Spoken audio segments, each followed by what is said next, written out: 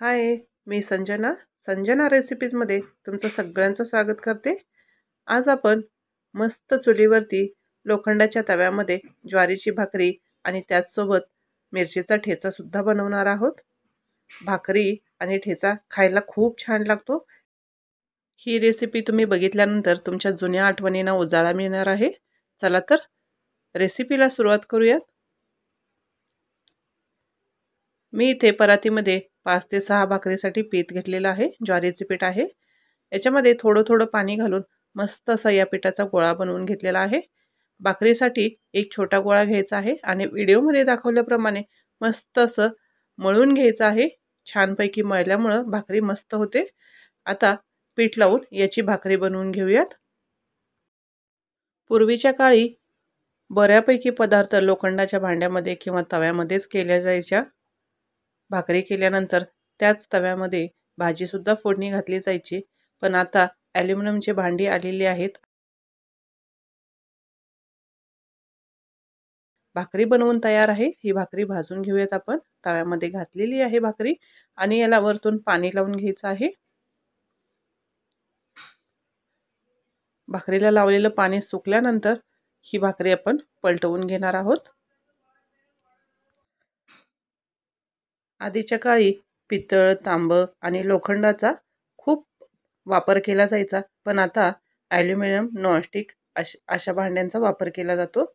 भाकरी छान भाजून तयार आहे. आता तव्यामध्येच घालून ही भाकरी मी भाजून घेणार आहे. बघू शकता तुम्ही मस्त छान फुगत आहे भाकरी. या भाकरीला मस्त अशी चव येते. चुलीवरची चव खूप छान अप्रतिम अशी येते. बघू शकता एकदम मस्त अशी भाकरी तयार झालेली आहे. दुसरी सुद्धा भाकरी मी बनवून घेतली होती. आता ही सुद्धा भाजून घेऊयात. ही भाकरी मी चुलीच्या विस्तवावरती भाजून घेणार आहे.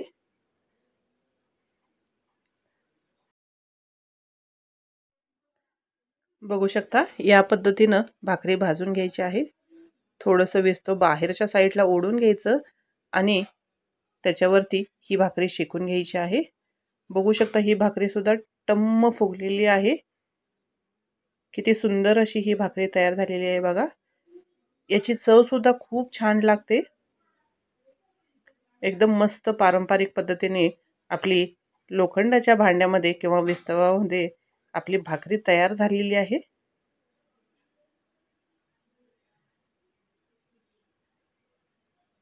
आता त्याच तव्यामध्ये मी लाल मिरच्या घातलेल्या आहेत.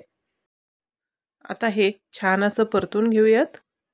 लोखंडाच्या भांड्यामध्ये केलेल्या पदार्थामुळं आपल्या शरीराला आयरन मिळतं, लोह मिळतं. त्याच्यामुळं आधेमध्ये तुम्ही नक्की लोखंडाच्या कढईमध्ये किंवा तव्यामध्ये एखादा पदार्थ बनवून नक्की खा.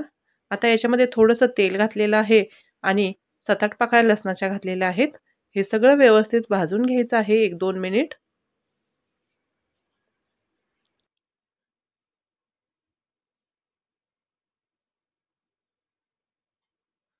याच्यामध्ये मी आता थोडेसे भाजलेले शेंगदाणे घालणार आहे. कच्चे शेंगदाणे घालणार असाल तर थोडंसं लवकर घाला, म्हणजे शेंगदाणे छान भाजतील. आता हे भाजलेल्या मिरच्या खलबत्त्यामध्ये काढूयात. अर्धा चमचा जिरं घालायचं आहे याच्यामध्ये आणि चवीनुसार मीठसुद्धा घालायचं आहे. आणि हे मस्त असं बारीक करून घ्यायचं आहे. याचा ठेचा बनवून घ्यायचा आहे. तुम्हाला आवडलं तर तुम्ही याच्यामध्ये कोथिंबीरसुद्धा घालू शकता. मस्त बारीक असं याचा ठेचा बनवून घेऊयात. बघू शकता छान असा मिरच्यांचा ठेचा तयार झालेला आहे. आता ताटामध्ये मस्त अशी गरम भाकरी घ्यायची आहे.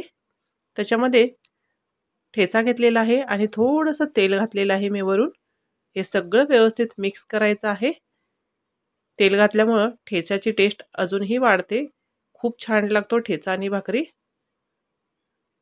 शिवाय ठेच्याचा तिखटपणा सुद्धा कमी होतो तेल घातल्यामुळं. तुम्ही असे ठेचा आणि भाकरी खाल्ली आहे का कधी? खाल्ली असेल किंवा नसेल तर मला कमेंट बॉक्समध्ये नक्की कळवा. चॅनलवर जर नवीन असाल तर चॅनलला प्लीज सबस्क्राईब करा, लाईक करा आणि शेअरसुद्धा करा. माझे असेच नवनवीन व्हिडिओ बघत राहा. परत भेटू एक नवीन रेसिपी घेऊन. तोपर्यंत बाय.